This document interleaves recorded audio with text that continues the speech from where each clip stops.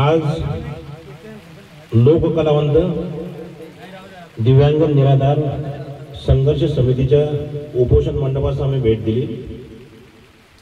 Rashtrawadi Congress party, Ajit Pawar गट तसेच Rashtrawadi Congress party OBC सेलचे तालुकाध्यक्ष संतोष भांबे पाटील आणि मी प्रशांत पाटील आज या लोककलावंत दिव्यांग आणि निराधार संघर्ष समितीच्या या उपोषणाला जाहीर पाठिंबा त्या ठिकाणी देत आहोत।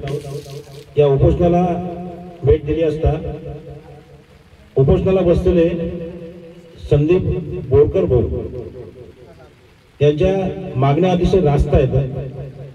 त्याचबरोबर ह्या मागण्या राज्य सरकार आणि प्रशासनाने तात्काळ मंजूर कराव्यात।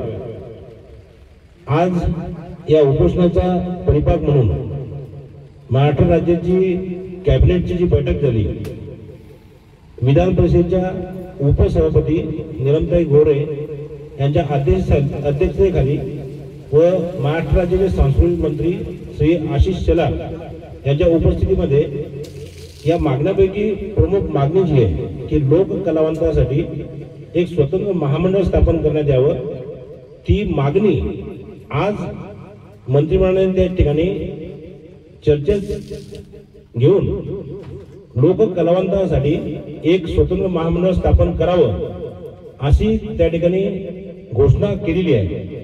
म्हणजे आजच्या या उपोषणामुळे एक सर्वात मोठी मागणी राज्य सरकारने त्या ठिकाणी मंजूर केली आणि राहिलेल्या मागण्या ज्या आहेत त्या जोपर्यंत पूर्ण होत नाही तोपर्यंत हे उपोषण त्या ठिकाणी तुटणार नाही असं संदीप भाऊ यांनी या ठिकाणी सांगितलं। तर पुनश्च एकदा राष्ट्रवादी काँग्रेस पार्टी मेकर आणि राष्ट्रवादी काँग्रेस पार्टी ओबीसी सेलचा या उपोषणाला जाहीर पाठिंबा आहे आणि लोककलावंतांच्या सोबत राज्य सरकार त्या ठिकाणी राहील आणि आम्ही सुद्धा सदैव तुमच्या पाठीशी राहू अशी ग्वाही देतो। धन्यवाद।